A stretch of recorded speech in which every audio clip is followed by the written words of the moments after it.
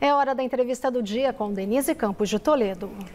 Nós vamos falar sobre a economia brasileira, os desafios, perspectivas. Eu estou aqui com o Márcio Holland, que é ex-secretário de Política Econômica e coordenador de pós-graduação em Finanças e Economia da FGV. Márcio Holland, boa noite. Boa noite, Denise. Bom, eu vou falar de uma situação meio contraditória que a gente está acompanhando já faz alguns meses, né? Que nós temos notícias melhores, né, acima das projeções da economia, mas sempre tem um porém, tem um mais. Eu vou até citar uns exemplos. Por exemplo, a inflação está em queda, devemos ter o IPCA em deflação, mas as projeções, lá vem mais para 2023 piores.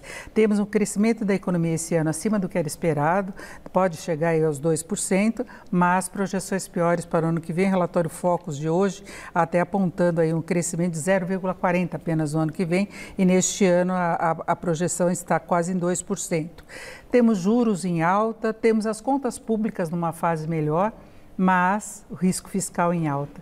Explique isso para a gente, porque muita gente atribui a pessimismo, má vontade com o noticiário. O que está acontecendo de fato? De fato, a economia brasileira vive uma situação de incerteza e de insegurança, né? Esses indicadores, quando apresentam alguma melhora, ele vem junto com eles uma insegurança sobre a sua sustentação. Eu vou dar exemplo dos indicadores fiscais, que os economistas, inclusive, falavam muito que a dívida pública brasileira iria subir, ultrapassar 85%, 90%. Hoje a dívida bruta está em 78%, 79% do PIB. O superávit primário, da mesma forma, né, que ele, praticamente a gente está numa situação quase de equilíbrio fiscal primário. Aí você pergunta, e a economia brasileira está crescendo mais em termos de expectativa de crescimento, agora a previsão entre 1,5% e 2% em relação ao que se imaginava no início do ano. E aí você fala, o que está acontecendo com os economistas? O fato é que, ao mesmo tempo que isso está acontecendo primeiro com o artificialismo. Veja, no caso da inflação brasileira que está desacelerando, em grande parte tem a ver com aquela limitação do uso do imposto de renda por parte do ICMS por parte dos estados para energia elétrica, combustível, o que gera um rombo fiscal, porque os estados, obviamente, terão limitações de arrecadação, estão obviamente obtendo liminares junto ao STF, e isso a conta volta para o Tesouro, volta para a União, que terá que ressarcir os estados dessa limitação do ICMS para esses bens. A recomposição de perdas, não? A recomposição de perdas aumenta o risco fiscal. A conta volta, o governo dá com a mão e, digamos, tira com a outra mão. Você vê no caso da inflação, ela desacelera em parte por conta disso, inclusive, desse artificialismo do reajuste, em parte porque está tendo um arrefecimento mesmo no crescimento dos preços das commodities em nível internacional. O preço da commodity caindo significa problemas para o Brasil, via canal de arrecadação, canal de exportação, canal de crescimento econômico. É que o Brasil ganha muito, por exemplo, a venda de derivados de petróleo, minério de ferro, alimentos que estão mais caros. Sem dúvida nenhuma. Então, você vê alguns efeitos acontecendo nesse sentido. Você observa uma certa expansão de gastos no Brasil, um estímulo à demanda, causado inclusive por medidas, vamos chamar sociais, como auxílio ao caminhoneiro, ao taxista, dobrando o Vale Gás, aumentando de R$ 400 para R$ 600 o Auxílio Brasil, e, ao mesmo tempo, isso significa um crescimento para esse ano, mas grande parte desses benefícios não serão renovados no ano que vem, não teremos esse estímulo de consumo. Ao mesmo tempo, aumenta a conta fiscal para o ano que vem. Traduzindo, você melhora no curto prazo e piora o cenário de médio prazo. O Brasil está contratando endividamento maior para o ano que vem, junto com um ciclo de juros muito alto. Para você ter uma ideia, Denise, o pagamento de juros da dívida saiu de 300 bilhões para 500 bilhões de reais em comparação do mesmo período do ano passado.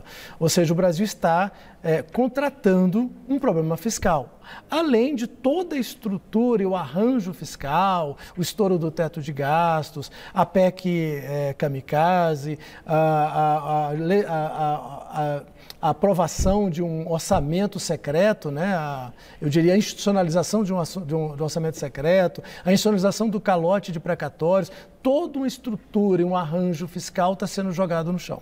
Então, tende a haver uma reestruturação, um novo programa econômico no ano que vem para colocar a economia nos trilhos de uma forma sustentável, é isso? Esse é o problema. A gente tem que, passando as eleições, passando esse ciclo desse populismo fiscal, claramente colocado, nós vamos ter que recompor essa malha fiscal brasileira e isso causa muita insegurança aos mercados, gera muita volatilidade, a taxa de câmbio hora vai para 5,50, hora vai para 5,11, o mercado financeiro brasileiro muito volátil, e o que resta? O Banco Central subir juros.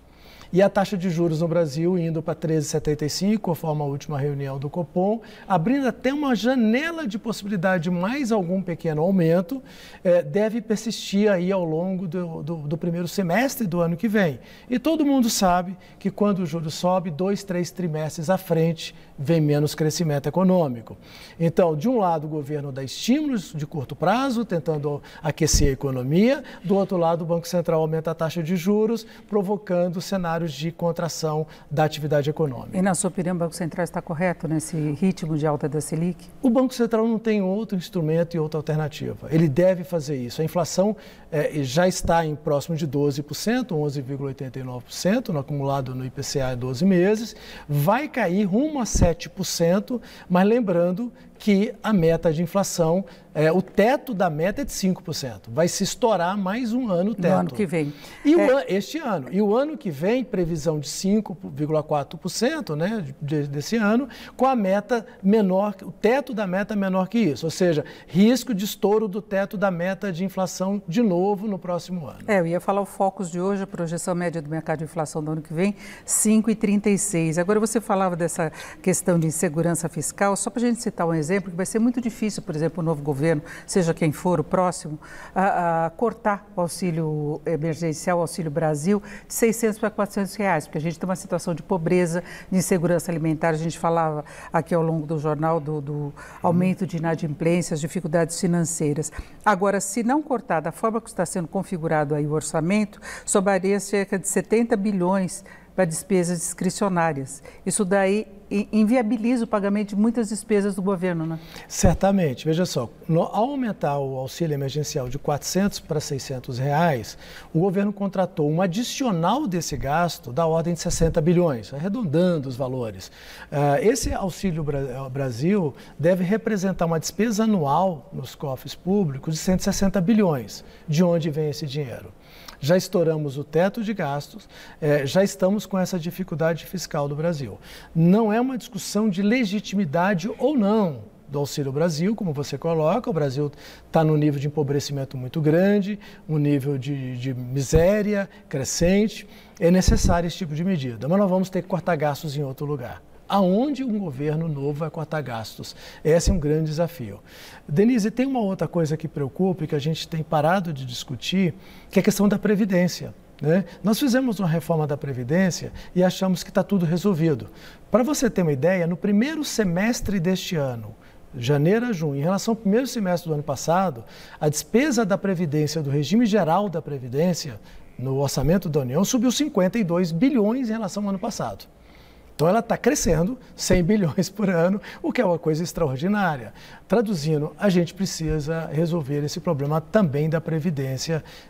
Esse assunto não está resolvido ainda no Brasil. Bom, são os desafios que nós temos pela frente. Eu agradeço muito a participação do Márcio Holland aqui no Jornal da Gazeta. Ele que foi secretário de Política Econômica e é coordenador da pós-graduação em Finanças e Economia da FGV. Márcio, muito obrigado. Boa noite. Obrigado, boa noite.